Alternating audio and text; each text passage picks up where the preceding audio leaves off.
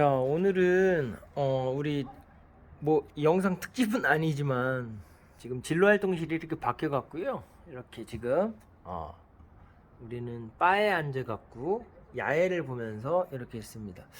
자, 오늘 준비하신 내용이 좀 독특한 것 같은데, 자, 수학과 과학에 대해서 한번 어떤 연결점, 네, 어떻게 보면 공통점과 차이점이라고도 할 수 있겠네요. 네. 자, 어떤 내용을 준비해 오셨나요? 사실 이것도 저번에 계속 해왔던 것처럼 한 번에 끝나진 않을 건데, 사실 여태까지 저희가 했던 거는 사실 수학이나 과학이 뭔지를 알아보는 게 아닌, 사실 수학에서 그냥 여러 가지 가지들, 수학에서 어떻게 보면 단편적인 다루는 내용들을 계속 봤던 거잖아요. 그중 하나가 뭐 함수, 우리가 전에 봤던 함수와 같은 것들이 있는 거고, 그 외에도 사실 우리가 더 포괄적으로 얘기하자면 이런 것들을 뭐 대수라고 표현하고, 그 외에도 뭐 해석학, 이렇게 정말 다양하게 다루는데, 우리가 여태까지 봤던 건 이렇게 수학의 하나의 가지, 그냥 단편적인 어떻게 보면 부분들을 우리가 뭔지만 살짝 다뤄봤던 거잖아요. 오늘은 그것이 아닌 좀 근본적인 질문, 그렇다면 수학이란 무엇일까? 수학이란 무엇이고, 우리가 흔하게 수학이랑 과학을 같이 언급하잖아요. 수학이랑 과학. 그리고 많은 사람들이 보통 수학을 과학에 포함된다고 생각해요. 그러니까 과학이 더 큰 집합이라는 거죠. 수학이 그 안에 포함되고. 사실 그런 얘기를 많이 하는데, 그렇다면 과연 진짜로 수학이 과학에 포함될까? 어떻게 보면 그걸 알아가기 위해서 과학과 수학의 논리적인 근본 체계를 한번 알아보는 시간을 가져볼 건데요. 네, 오늘 참 큰 주제인데, 와우, 질문이 좀 무겁긴 합니다. 네. 수학이란 무엇인가? 자, 그럼 한번 우리 친구가 생각하는 수학과 과학, 그 다음에 수학이 무엇인지 한번 얘기 들어보겠습니다. 오늘은 일단 먼저는 평소랑 달리 과학에 대해서 먼저 언급을 해볼 건데요. 사실 오늘 언급해 볼 주제는, 계속해서 볼 주제는 사실은 단순히 과학 수학이 뭐냐기보다도 얘네가 어떠한 방식으로 논리를 구성하고 어떠한 방식으로 체계를 구성하나를 볼 거예요. 논리 체계죠.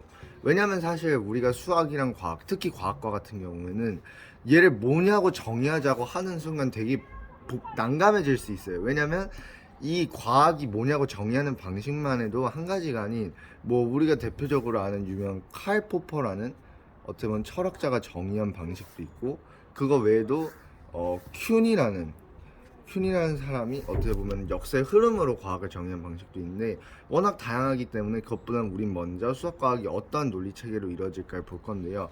그럼 과학과 같은 경우는 어떨까? 예를 들어서 일단 먼저 수학이든 과학이든 어떤 자신이 밝히고 싶은 진리 또는 증명하고 싶은 사실이 먼저 존재해야 됩니다. 주제가 정해져 있어야 된다는 거죠. 예를 들어서 자신이 증명하고 싶은 주제를 쉽게 들어서 백조라고 해볼게요.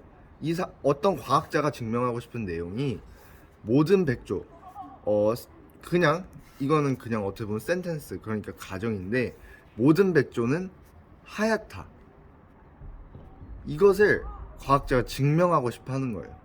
이 모든 백조는 하얗다는 것을 증명을 하려고 시도를 합니다. 그러면은 과학은 어떤 방식으로 이런 걸 증명을 할까를 보면은, 이게 어떻게 보면 되게 일당백으로 보일 수도 있겠지만, 먼저 첫 번째로 백조 A는 하얗다, 뭐 하얗다 이렇게 해놓고, 그 후에 다른 백조를 찾습니다. 보이는, 자신이 찾을 수 있는. 그랬을 때 뭐 백조 B는 똑같이 하얗다. 그리고 계속 이게 반복돼요. 백조 C는 하얗다. 무슨 말이냐? 모든 백조는 하얗다 했잖아요.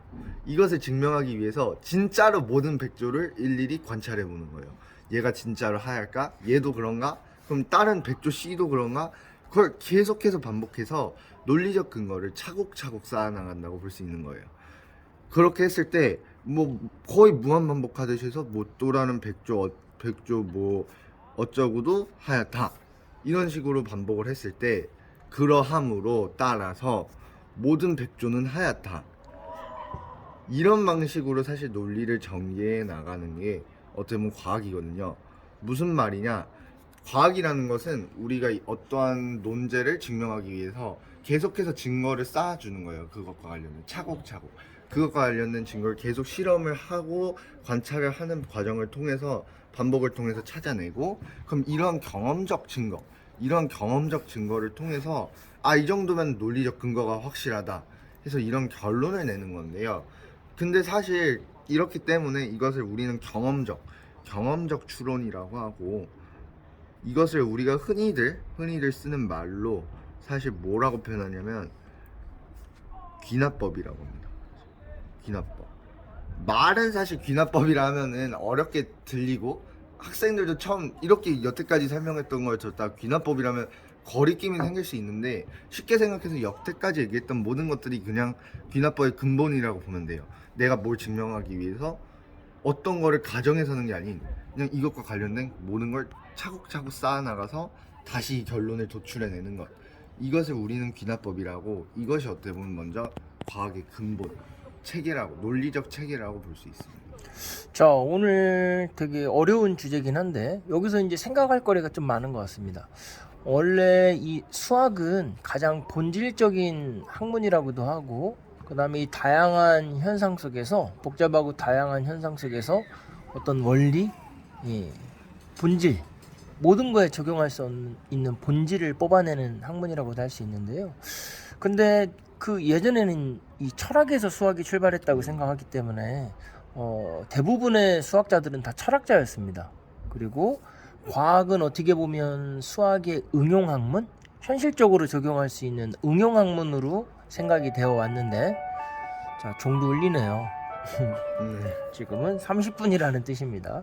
근데 이제 현대에서는 이제 과학이 발달하다 보니까 어떻게 보면 철학, 수학, 과학이 어떤 이 본질의 순서가 과학이 제일 거대해졌다고 볼 수가 있는 거겠죠. 그래서 간혹 과학 그 범주 속에 수학이 들어가 있다라고 착각할 수도 있는데, 그 부분을 지적해 준 것 같고요. 그 다음에 여기 지금 우리 추론 방식에서 경험적 추론 기납법이 나왔어요. 근데 여기서 이제 하나 또 생각해 볼게. 뭐뭐가 뭐뭐다라고 정의를 내리는 것은 실은 연역법에서 출발을 합니다.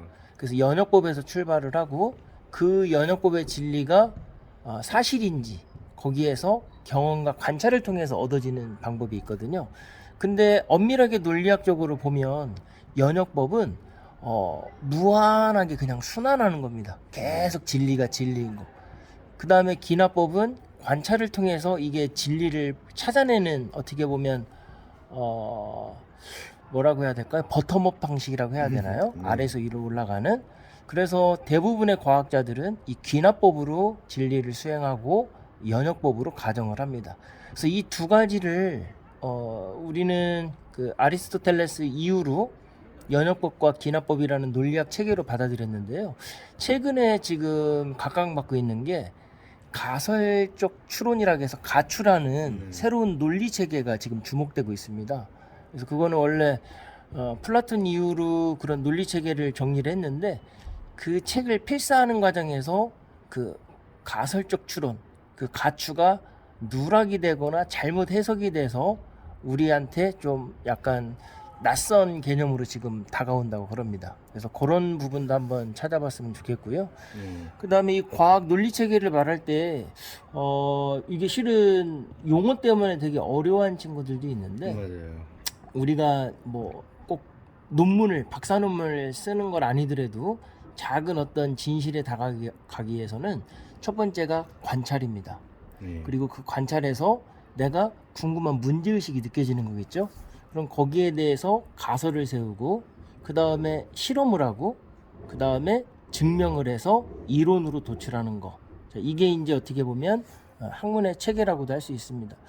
자, 오늘 되게 어려운 주제인데 우리 친구 나름대로 잘 고민을 해왔고, 오늘 제가 덧붙여준 말을 이어서 다음에는 잘 소화해서 더 멋진 질문을 갖고 올 수 있을 것 같아요. 자, 오늘 창밖에는 연등이 있고 아이들은 지금 축구 연습을 하는데, 우리 친구는 이런 딱 멋진 고민을 갖고 오늘 또 콘텐츠를 만들었습니다. 자, 수고하셨습니다. 수고하셨습니다. 네.